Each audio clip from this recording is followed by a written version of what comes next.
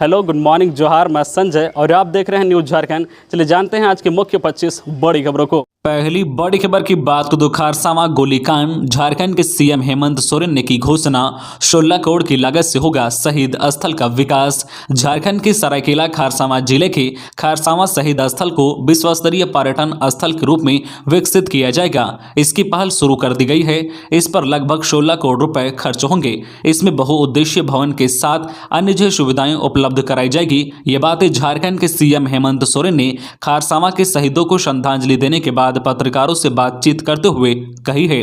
मुख्यमंत्री हेमंत सोरेन ने कहा है कि आज के दिन हजारों की संख्या में यहां लोग श्रद्धांजलि देने आते हैं, इसलिए आज का दिन गौरव का दिन होने के साथ साथ दुख का दिन भी है। आदिवासी समुदाय हमेशा से संघर्षरत रहा है। संघर्ष ही आदिवासियों की पहचान है। कोल्हान से यहाँ लोग आते हैं। राज्य सरकार ने शहीद स्थल के पर्यटन विकास का निर्णय लिया है। इसके लिए 16 करोड़ खर्च किए जाएंगे। इसमें बहुउद्देशीय भवन के साथ साथ अन्य सुविधाएं उपलब्ध कराई जाएगी। अगली बड़ी खबर की बात करें तो बादल छटने के बाद रांची में लौटी कनकनी। 4 जनवरी तक रांची समेत राज्य भर के तापमान में गिरावट जारी रहेगी। रांची में नए साल के पहले दिन सुबह में घना कोहरा छाया रहा।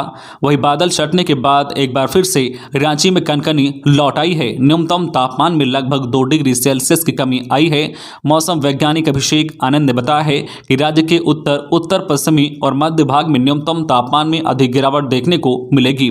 पछुआ हवाओं के कारण रांची, हजारीबाग, रामगढ़, चतरा, कोडरमा, लातेहार, लोहरदगा, गुमला, खुंटी और पलामू में तापमान में गिरावट होगी। नए साल के पहले हफ्ते में पश्चिमी उत्तर भारत से पूर्वी व मध्य भारत तक शीतलहर चलने की आशंका है। तापमान में गिरावट का दौर 3 जनवरी तक जारी रहेगा। मौसम विभाग के मुताबिक 4 जनवरी को हिमालयी क्षेत्र में पश्चिमी विक्षोभ दस्तक देने जा रहा है। इससे झारखंड के भी तापमान में 3 से 4 डिग्री गिरावट होगी। इसके बाद राज्य के तापमान में विशेष बदलाव की उम्मीद नहीं है। सुबह में कोहरा या धुंध छाया रहेगा, बाद में आसमान साफ रहेगा। अगली बड़ी खबर की बात करें तो झारखंड में निजी क्षेत्र की कंपनियों में 75% आरक्षण लागू। राज्यपाल ने दी स्वीकृति। झारखंड में निजी क्षेत्र में होने वाली नियुक्तियों में स्थानीय लोगों को 75% आरक्षण देने की व्यवस्था अब लागू हो गई है। विधानसभा से पारित होने के बाद राज्यपाल रमेश बैस ने झारखंड राज्य निजी क्षेत्र स्थानीय उम्मीदवार रोजगार विधेयक 2021 को मंजूरी दे दी है। राज्यपाल की स्वीकृति के बाद यह अधिनियम राज्य में लागू हो गया है। यह आरक्षण लागू होने के बाद अब राज्य के निजी क्षेत्र के प्रत्येक नियोक्ता में यह आरक्षण लागू होने के बाद अब राज्य के निजी क्षेत्र के प्रत्येक नियोक्ता को 40,000 रुपए तक के वेतन व मजदूरी वाले पद पर 75% स्थानीय उम्मीदवारों को बहाल करना होगा। इस नियुक्ति में कंपनियों, संगठनों व प्रतिष्ठानों को स्थानीय लोगों व परियोजना के कारण विस्थापित हुए लोगों को नियुक्ति में उच्च प्राथमिकता देनी होगी। अगली बड़ी खबर की बात करें तो पीएम किसान के तहत मोदी सरकार ने जारी की 10वीं किस्त। प्रधानमंत्री नरेंद्र मोदी ने नए साल के पहले दिन ही पीएम किसान सम्मान निधि के तहत 10वीं किस्त किसानों को जारी कर दी है। कोरोना संक्रमण के वक्त से ही राहत देने के उद्देश्य से प्रधानमंत्री की तरफ से किसानों को हर चौथे महीने 2,000 की सहायता राशि दी जाती है। पीएम किसान सम्मान निधि के तहत सहायता की यह रकम नए साल के पहले दिन ही जारी की गई है। प्रधानमंत्री किसान सम्मान निधि के तहत अब तक किसानों को 2-2 हज़ार रुपए की 9 किस्तें जारी हो चुकी है। पीएम मोदी ने 1 जनवरी 2022 को दोपहर वीडियो कॉन्फ्रेंसिंग के जरिए इस किस्त को जारी किया है। इस दौरान जो पीएम किसान के 10 करोड़ लाभार्थी किसान परिवार को 20,000 करोड़ रुपए जारी किए गए। अगली बड़ी खबर की बात को तो नए साल में गैस सिलेंडर के दाम में हुआ बदलाव। 19 किलो वाले कॉमर्शियल सिलेंडर के दाम 99 रुपये 50 पैसा हुआ कम। नए साल पर 19 किलो वाले कॉमर्शियल सिलेंडर के दाम में 99 रुपये 50 पैसा सस्ता हुआ है। पहले जहां कॉमर्शियल सिलेंडर के दाम 2,223 रुपये था, अब 2,123 रुपये 50 पैसा हो गया है। हालांकि नॉन सब्सिडी घरेलू गैस की कीमतों में कोई बदलाव नहीं हुआ है। इसके दाम अब भी 957 रुपये प्रति सिलेंडर ही हैं। खबरों में आगे बढ़ने से पहले आपसे रिक्वेस्ट है कि अगर आप चैनल को सब्सक्राइब नहीं किए हैं तो प्लीज़ चैनल को सब्सक्राइब करके बेल आइकन प्रेस कर दें, जिससे आपको झारखंड की हर छोटी बड़ी खबर का अपडेट आप तक पहुंचता रहे। चलिए बढ़ते हैं खबरों की ओर। अगली बड़ी खबर की बात करें तो झारखंड में तीसरी लहर की एंट्री। फरवरी में हर रोज हजारों लोग हो सकते हैं संक्रमित। देश भर में कोरोना जिस तेजी से अपने पांव पसार रहा है, उसको देखते हुए देश के जाने माने डॉक्टरों ने साफ तौर पर कह दिया है कि देश में कोरोना की तीसरी लहर ने दस्तक दे दी है। खासकर दिल्ली और मुंबई जैसे शहरों में कोरोना का संक्रमण तेजी से फैल रहा है, वहीं अगर झारखंड की बात करें तो यहां भी कोरोना तेजी से अपने पांव पसार रहा है। रोजाना बड़ी संख्या में मरीज मिल रहे हैं, जिसने प्रदेश सरकार की चिंता बढ़ा दी है। अगर पिछले दिनों की बात करें तो इसमें जो है खासा तेजी देखने को मिली है। अगर प्रदेश में एक्टिव केसों की संख्या की बात करें तो ये जो है बढ़कर 2100 हो गई है, जो कि बेहद ही चिंता का विषय है। अगली बड़ी खबर की बात करें तो नए साल पर रजरप्पा मंदिर में उमड़ी श्रद्धालुओं की भीड़।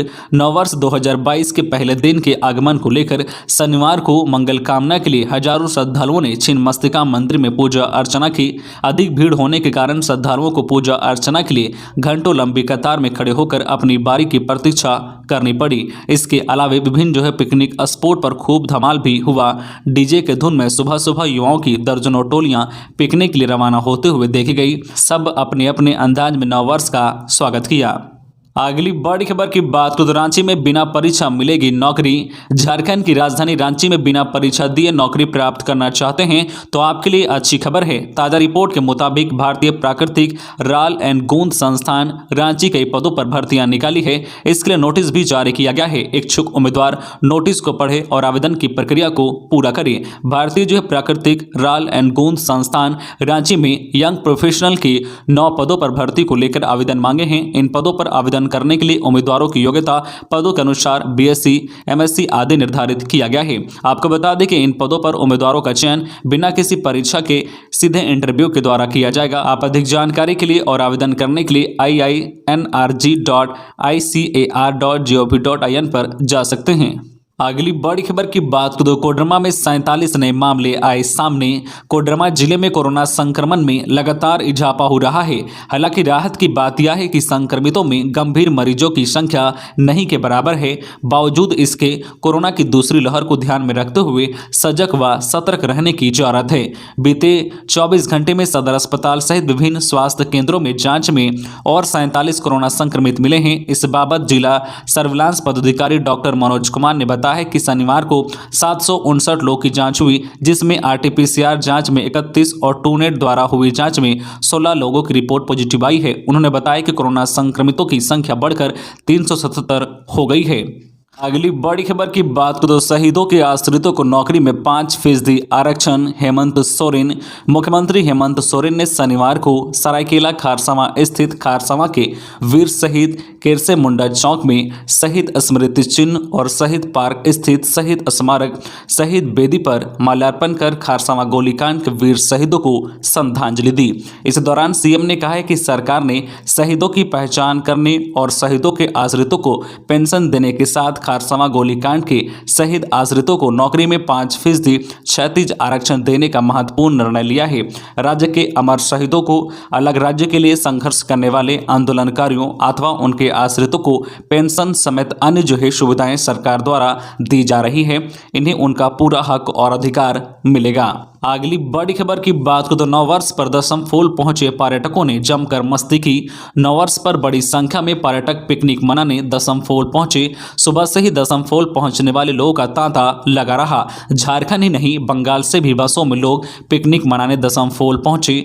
पर्यटकों ने जंगल झाड़ के बीच स्थित 144 फीट की ऊंचाई से गिरते फॉल के अनुपम दृश्य का आनंद लिया। वही फिल्मी गानों की धुन पर पर्यटक खूब थिरके। बच्चों ने दशम फॉल स्थित पार्क में जमकर मस्ती की तो युवक युवतियों ने पानी में अटखेलियां की और सेल्फी भी ली। यहां पहुंचने वाले लोगों की सुरक्षा और सुविधा के लिए तैनात 25 पर्यटक मित्र भी दिन भर जो अत्यधिक व्यस्त रहे। पर्यटक मित्र खतरनाक स्थलों की ओर जाने से पर्यटकों को रोकते देखे गए। दशम फॉल के जो है डेंजर जोन को प्रशासन और पर्यटक मित्रों ने घेराबंदी कर सुरक्षा व्यवस्था जो है मुस्तैद की है। अगली बड़ी खबर की बात करें तो झारखंड में भी कोरोना टीकाकरण के लिए किशोरों का पंजीयन शुरू। ये पहचान होगा मान्य। झारखंड में 15 से 18 वर्ष के किशोरों के टीकाकरण के लिए शनिवार से पंजीयन शुरू हो गया है।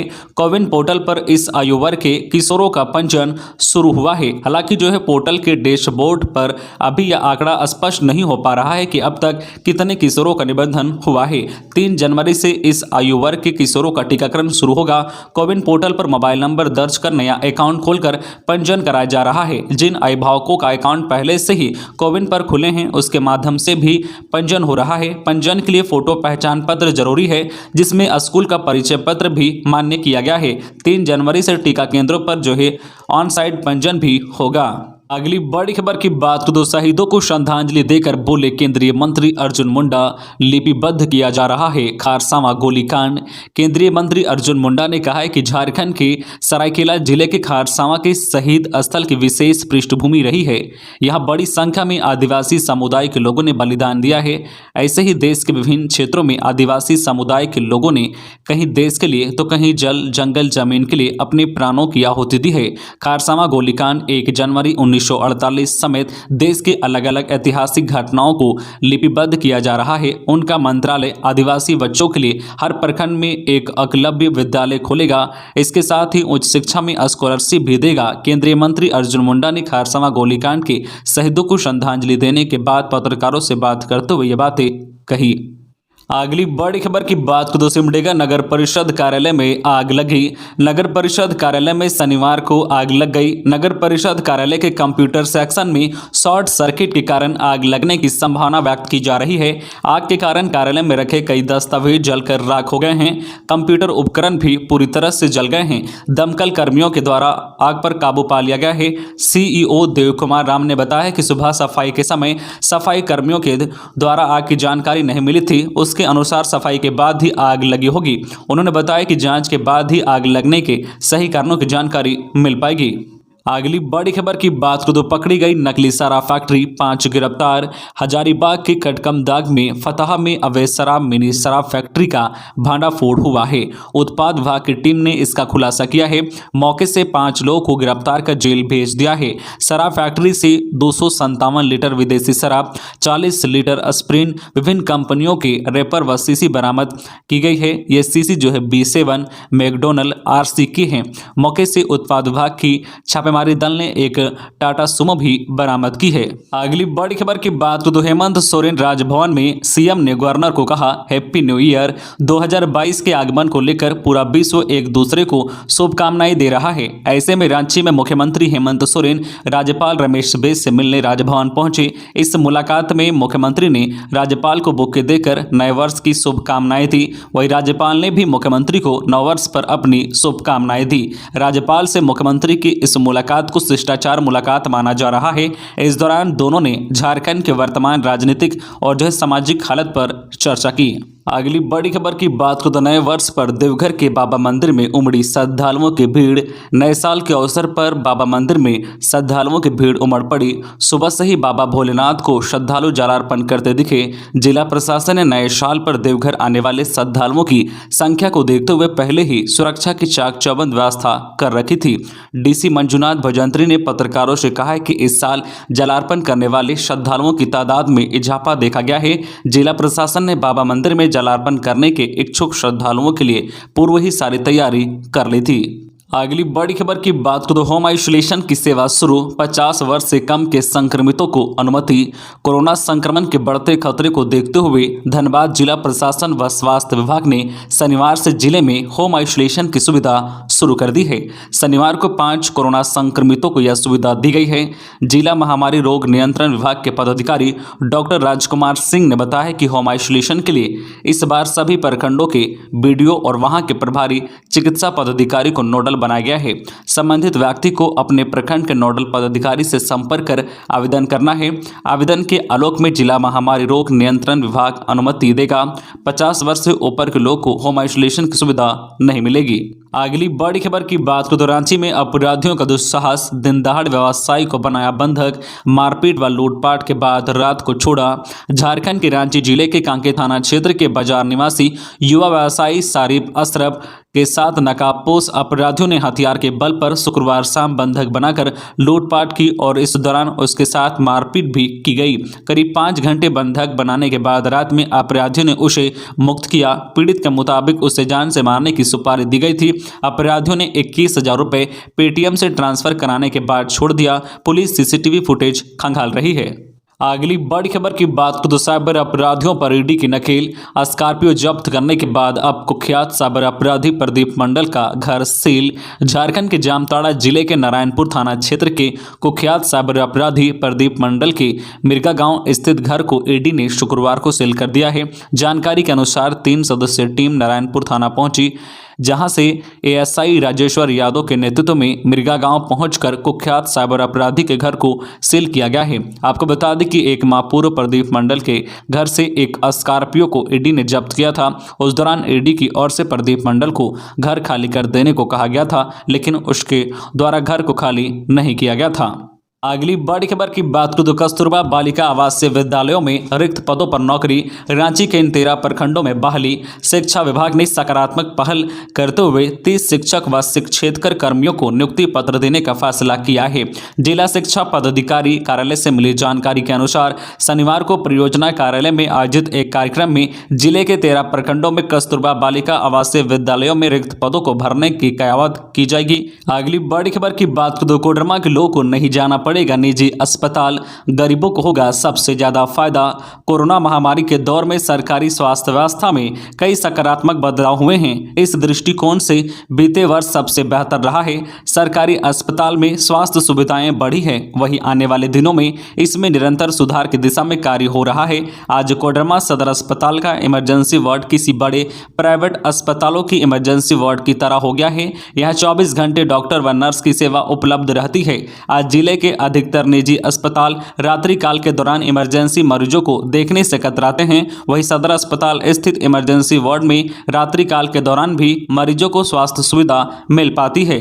इमरजेंसी यूनिट में चिकित्सक एवं पारा चिकित्सा कर्मियों के लिए अलग से केबिन बनाया गया है। तो ये थी आज की झारखंड की टॉप बड़ी खबरें। इसी तरह झारखंड की हर छोटी बड़ी खबर देखने के लिए आप हमारे चैनल न्यूज झारखंड चैनल को सब्सक्राइब करके बेल आइकन प्रेस कर दीजिए, जिससे आपको झारखंड की हर छोटी बड़ी खबर का अपडेट आप तक पहुंचता रहे। तो आज के लिए बस इतना ही, हमें दीजिए इजाजत, फिर मिलते हैं नेक्स्ट न्यूज में।